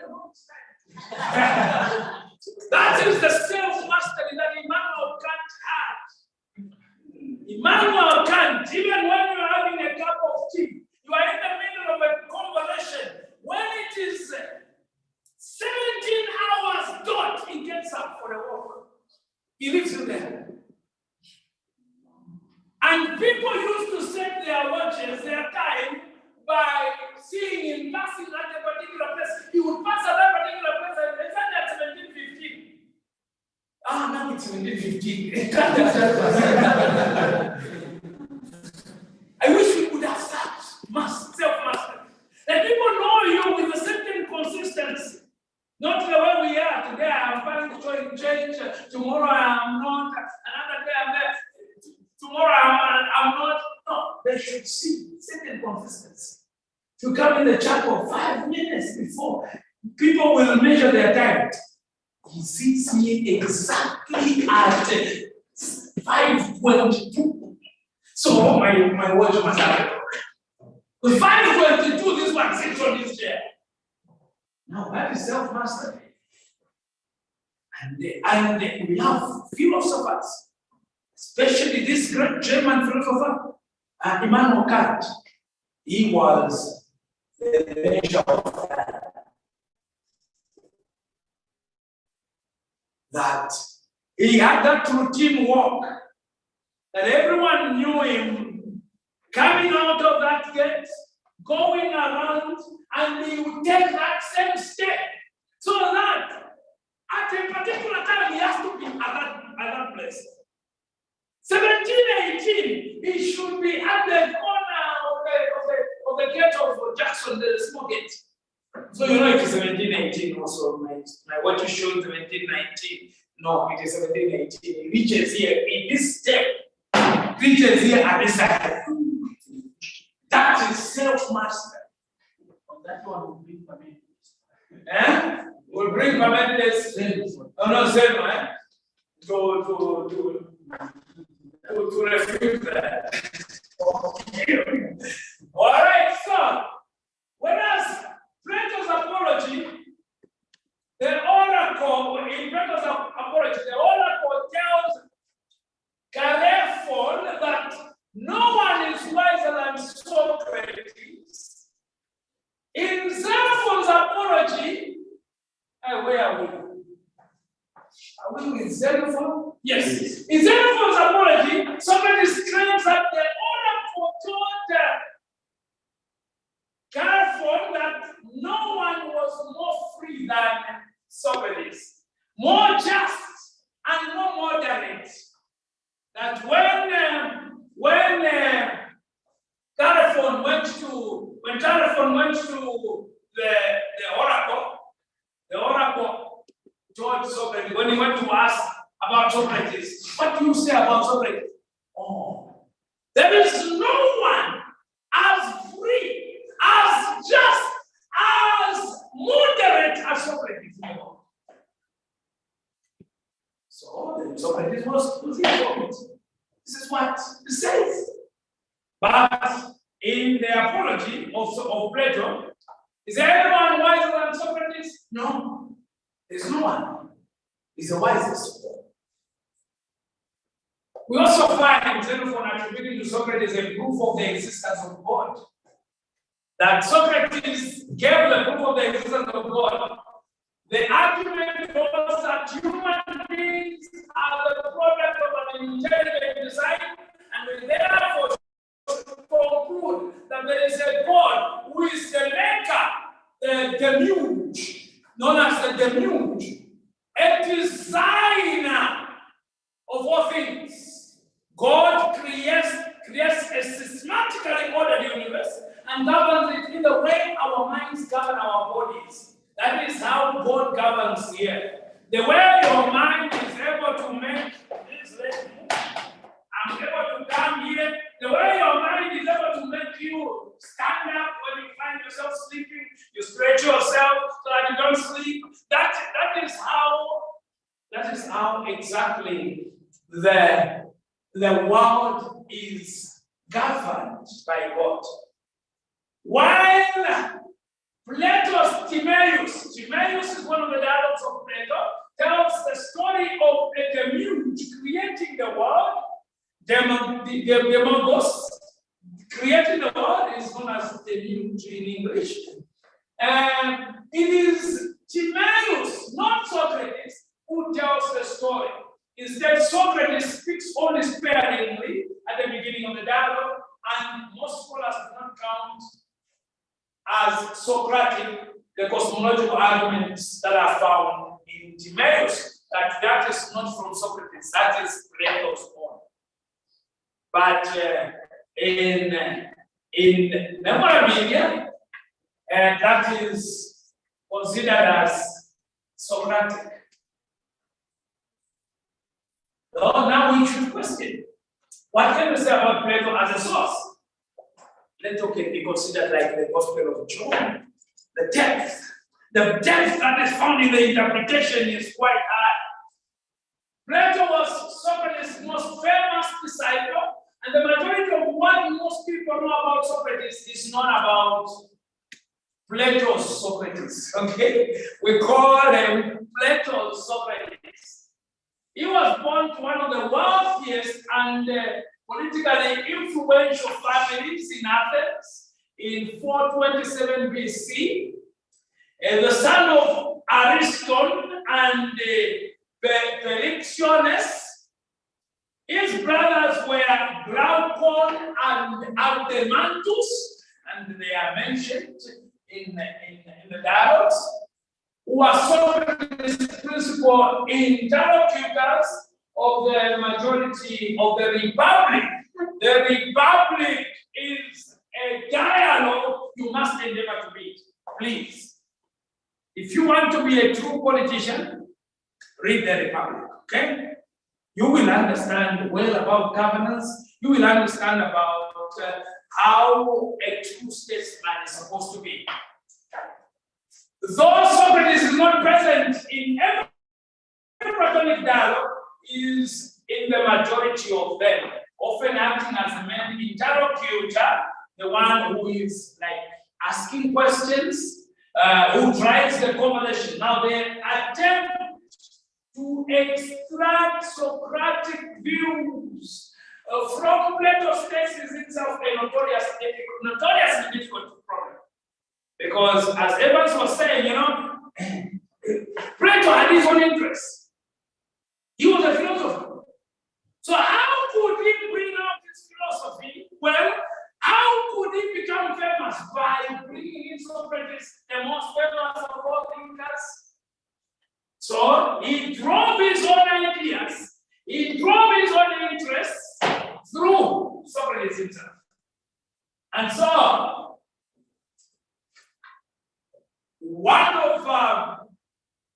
one's methodological approach to reading them, and whether or not Socrates or anyone else for that matter speaks for Plato. Readers interested in the details of this debate should consult Plato. If you want to know about Socrates, consult Plato. If you want to understand Socrates, consult Plato. Because everything you want to know about him is in the mouth of Plato.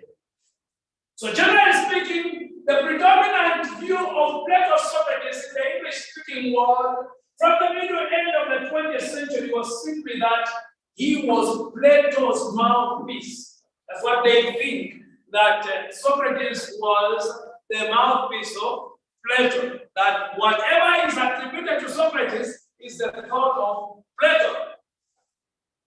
Now, in other words, anything Socrates says in the dialogues is what Plato thought at the time he wrote the dialogues.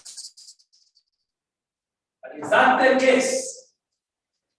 Now, the main interpretive obstacle for those seeking the views of Socrates from Plato is a question of the order of the dialogues.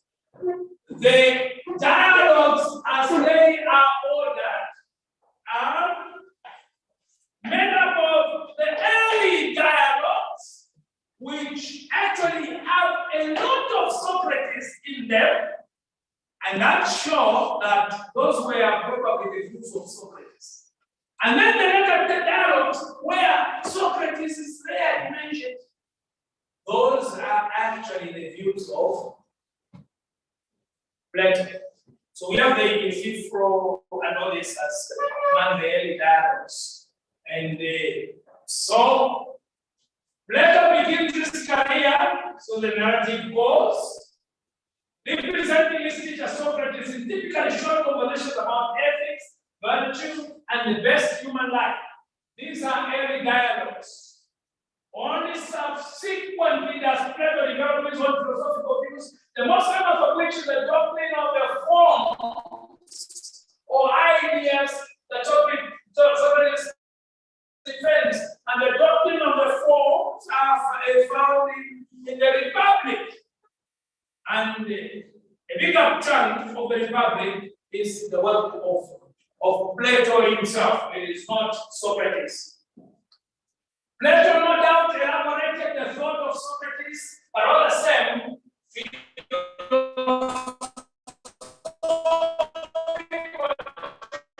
put into dialogues, submission represents the actual teaching of Socrates. Okay?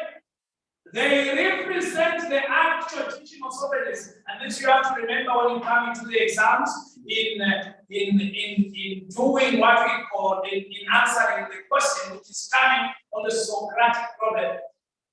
You have to tell me, convince me that actually Plato's early dialogues represent Socratic thought.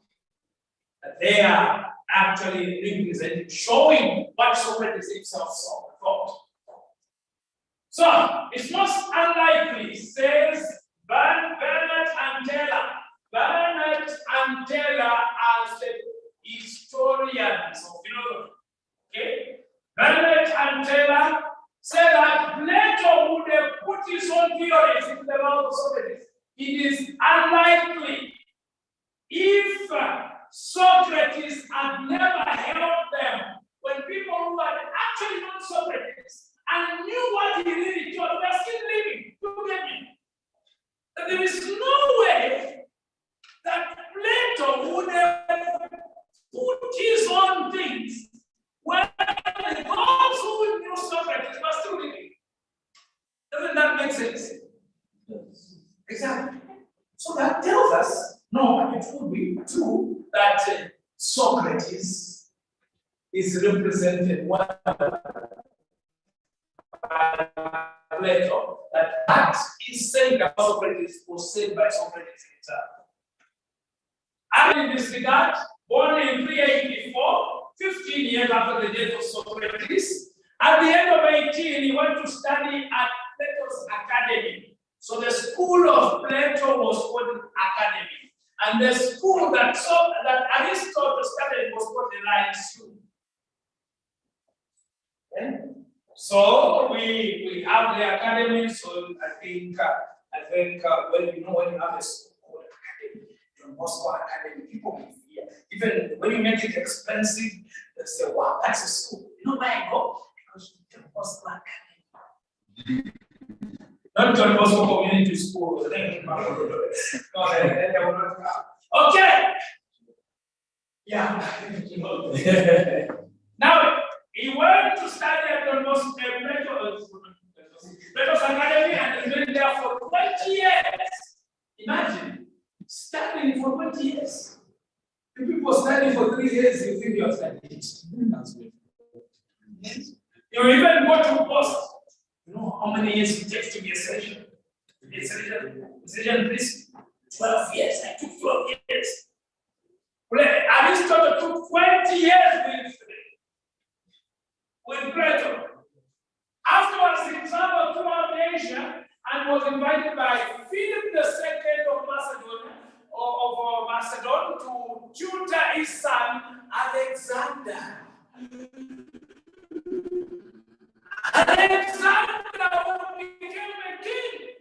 Alexander the Great.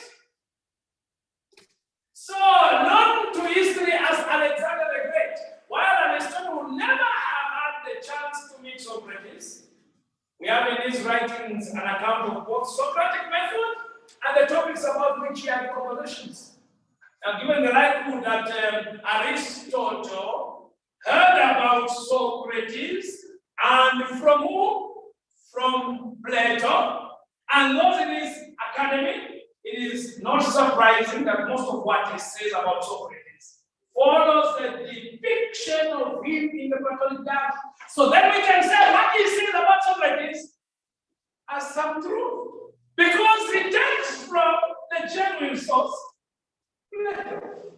You get it? Aristotle related 4 concrete points about Socrates. The first is that Socrates asks questions about supplying an answer of his own because he claims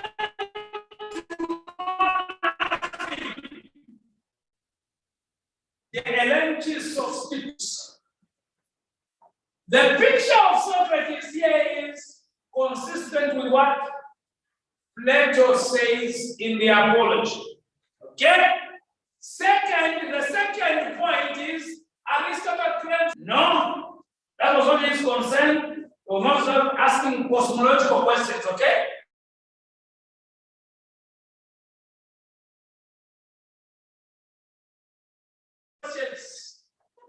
Questions about how one has to live, okay?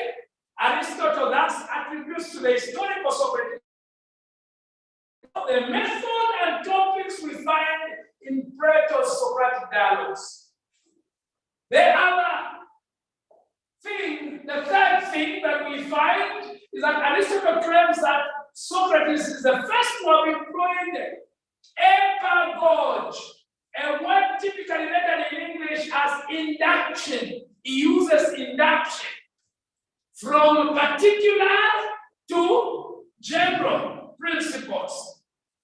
This translation, however, is misleading, lest we impute to Socrates a preference for inductive reasoning as opposed to deductive reasoning. No, he was, in fact, looking for general principles. So we are not reducing him to an inductive reasoner. No, he was also a deductive reasoner. The term better indicates that Socrates was fond of arguing using analogy. For instance, just as a doctor does not practice medicine for himself, but for the best interest of his patient, so the ruler in the city takes no account of his own personal profit, but is rather interested in caring for his citizens. That is what we find in the Republic, that he analogously uses induction, not as his way of life, but as a method to arrive at deductive reasoning. Because you must have a principle for you to argue deductive reasoning. You must have a general principle. So you have to look for a particular principle to arrive at a general principle. The fourth and final claim Aristotle makes about Socrates has 2 parts. Socrates was the first to ask the question, deist, what is it? What is it? For example, if someone were to suggest to Socrates that our children should grow up to be courageous, he would ask, what is courage? He never wanted to take anything for granted. He never wanted to take it. You have used the word courageous. What is courage? Do you understand what we're talking about? Yeah, sometimes we speak things, but we don't really mean what we are saying because we don't even know what we are saying. So he never wanted anything to be taken for granted. That is, what is the universal definition or nature that holds for all examples of courage? That when you say to be courageous, you mean this and that example all refer to the term courage. Second, as distinguished from Plato, Socrates did not separate universals from their particular instantiations. Plato separated particulars from universals, but Socrates did not. For Plato, the noetic object, the knowable thing, that which is known, is the separate universal, not the particular. We'll come to know more about Plato when we come to Plato. Socratic method is the last. Oh, we'd like to go. Socratic method. Let us finish Socrates, okay? We are ending. Our exam will go up to here, up to this last Socratic method. If I ask you a question to say something about Socratic method, don't forget to mention that he was a midwife. Okay? Now I will explain. Socrates, after his conversion, remember he got converted? Yeah? Yes. You remember he got converted? Yes. When his friend came from the oracle, from the Muganga, from the Sangoma, and told him, you know what? I found out the truth about you, Socrates. You are the wisest of all. Yes. So from there, his mission was clear. To set up a mission of finding out from men where their wisdom lies, who is wise among them and who is not. He started a mission of trying to discover, but that mission was with his conviction that all of us have something in our eggs. We are pregnant. Okay? He was convinced that we are all pregnant. What are we pregnant with? Ideas.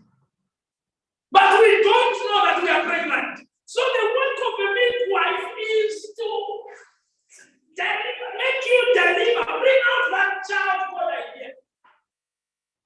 By interrogation, by elenchus,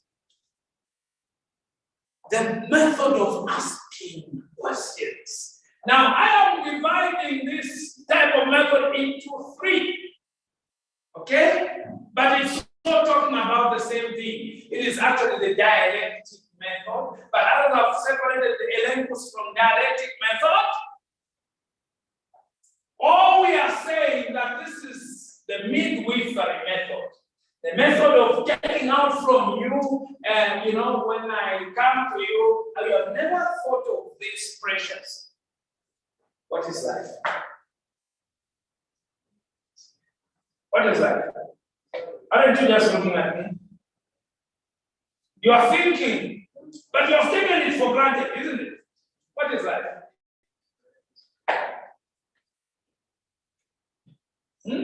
Precious, haven't you been living it?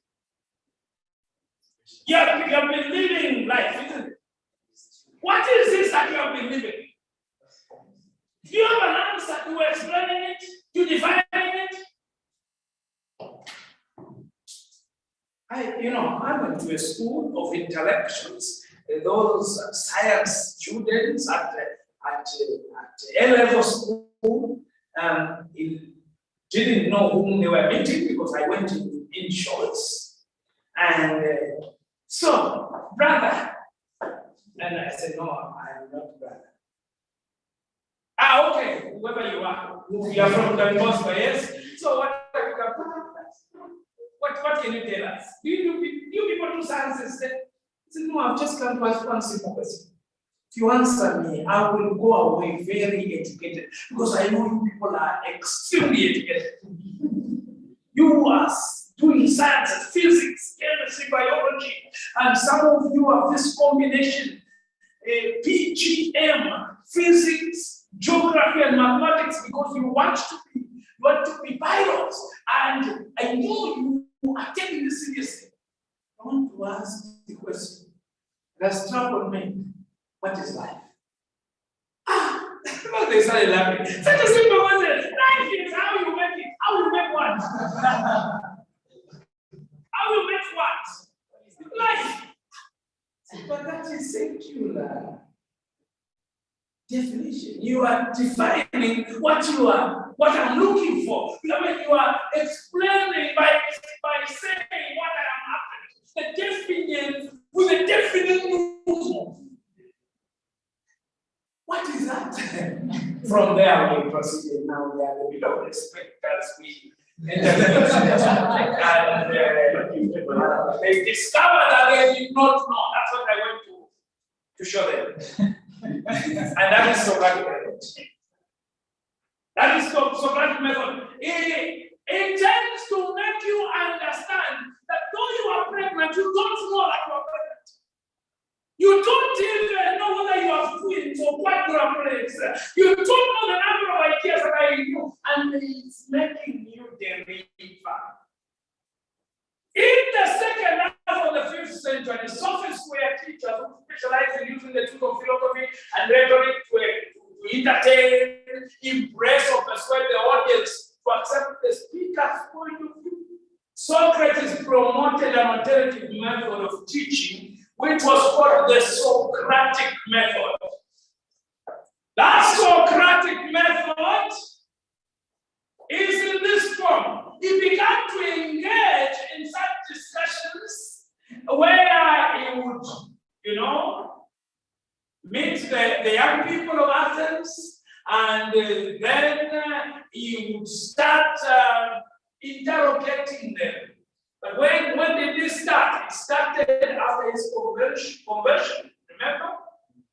After his friend from youth, Xenophon, went to the oracle and he told him that you are the wisest of all. And from there, he started now to interrogate the young people of Athens. Plato famously formalized the Socratic Eleatic methods, Eleatic style, presenting Socrates as a curious questioner. This is what we mean by Eleatus. A curious questioner of some prominent Athenian interlocutor. In some of his early dialogues, such as Eustace, you remember the Eustace, you people are very familiar with Eustace, and that is, Eustace is a perfect example of Socratic method. Okay? And if you want to explain the Socratic method, and you want to impress me in the exam, you just say, well, let's take an example of this Eleatus, this Socratic method, the dialectic method, the what we call the midwifery method. Though I'm separating them, I mean the same thing, okay? That's the midwifery method. The Eleatus is the midwifery method. And so, we say, like the Euthyphro. When Euthyphro is found with Socrates outside the courtroom, and Euthyphro tells Socrates that I have brought my father for impiety. Oh man, you must be knowing what piety is for you to bring your father to the court. To bring your father to court, you must be quick. So what is piety? Oh, yeah, piety is, like prosecuting whoever is found wanting, like the way I've done to my father. What I'm doing, piety is doing what I'm doing. Don't disappoint me. I thought from you I'll get an answer. You're giving me an example instead of the essence. I'm looking for the essence. I'm looking for the definition, which you're not giving me. Yes. In that sense, what if somebody was using connotative way, not denotative words? How I see maybe Socrates wanted the answer which was Yes, and that's what he was looking for. Now, he wants the objective meaning of a word, not what you mean, not what you think it should mean, but what it means actually, essence. Yeah, that's what he wanted. In that, yes. Because I think when you put a word in the context, it doesn't have to be completely independent from the quantitative meaning. So like use the word that would be something like that. Yeah, then Kumpurukuntu will later on become denotative. to be in the dictionary. It's fine. It's fine. Another word which is which can be used in the context. Smart. Yeah, like someone is smart. For instance, you're talking Smart. about The smartness in terms of intellectual giftedness, but in the actual smartness in terms of dressing. yeah, which is where it is actually coming from, an ordered fashion of doing. So when you say someone is smart, it means to say that person, the way he thinks logically, things are clear in terms of so they are smart people.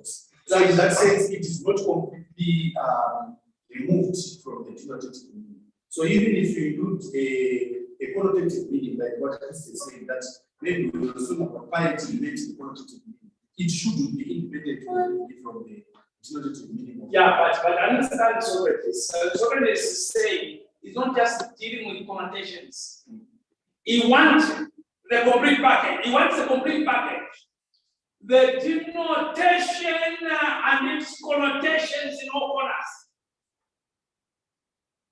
Yeah, of course. So that when you mean something, it can be applied. So when he was talking about piety, he wants to say this definition of piety should be the same for everything. Everything that is pious. That when you define, it should not only apply to your father's case. No, it should apply also to other cases similar to that. So that piety will be used even for other cases. Now, elenchus, the Latin word elenchus is derived from electos, which electos, which is romanized as elenkos, argument of disproof or refutation. That's the meaning of elenkos, okay? Argument or disproof or refutation, cross-examining, testing, scrutinizing. Having a scrutiny, that is elenkos, that is a method. For purposes of refutation, is a central technique of the Socratic method. The Latin form elenkos, which when put in plural is elenchi, is used in English as the technical philosophical term. Now, the most common adjectival form in English is elenctic, or elenchic, or elenctic. You can use any of those. Elenctic method, elenchic method, or elenctic method. This was very important in the dialogues of Plato, and it was used very often in those dialogues.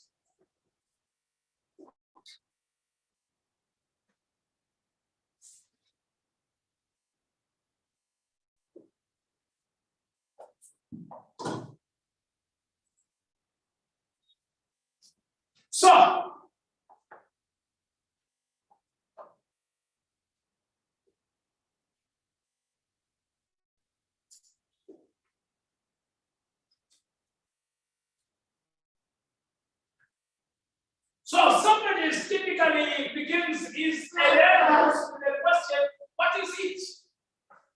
What is piety? In the Euthyphro, and we see the answers that come out. Socrates at the end is not satisfied, and he's never satisfied. There is no answer that satisfies him at the end, but at least he leaves somebody with questions in his mind. Oh, I took this for granted. So it's not like this. B, Maiutics. Maiutics is midwifery. That is how he speaks about it. The same method we are talking about, Elencos, is actually Maiutics. That's how he explains in the Theatitus. While the dialogue is not generally considered Socratic, it is elective insofar as it tests and refutes the Theaetetus definition of knowledge. What is knowledge? So Theaetetus thought he knew what knowledge is. But in the end, he realizes he never knows. Knowledge is belief. Belief. So whatever you believe is knowledge. Yes. No. Wait, Socrates. Okay. It is justified belief. Wait. So even what is not true, as long as you justify it, as long as you defend it, is knowledge. No. Okay. Let me add one more element. Knowledge is justified through belief. Knowledge is justified through belief. And somehow it has been taken as a definition of knowledge. That it is a belief that is true and can be explained, justified. Now, this also ends without conclusion to each question. A characteristic it shares with a number of Socratic dialogues. So, in this very Theaetetus, Socrates tells Theaetetus that his mother, Venerete, was a midwife, and that he himself is an intellectual wife. Whereas the craft of midwifery brings on labor pains or relieves them in order to help a woman deliver a child.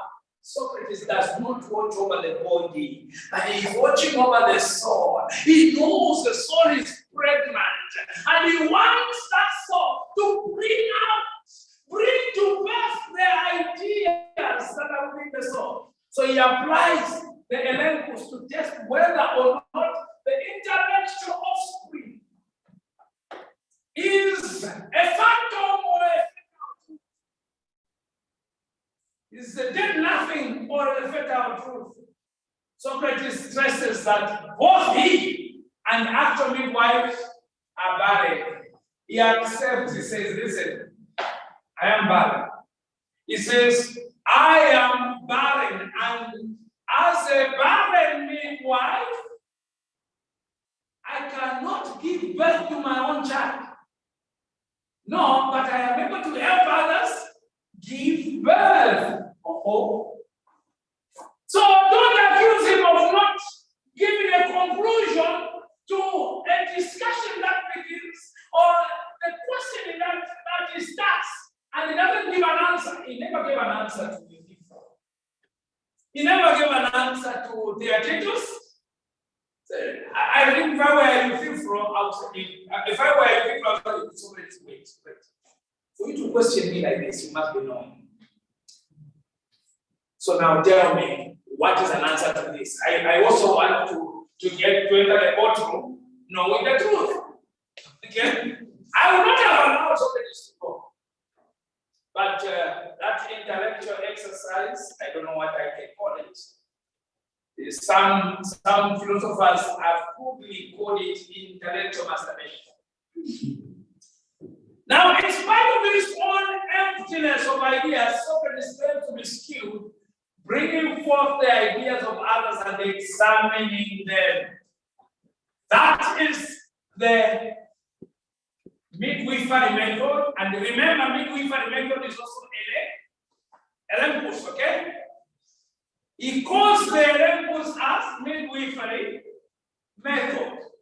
This is now slightly different from the dialectic. In the Phaedrus, these are dialogues I'm talking about, Sophist, Statesman, and Philebus, dialectic is defined as a method of collection and division. It is a method of collection and then dividing. You collect and divide into parts.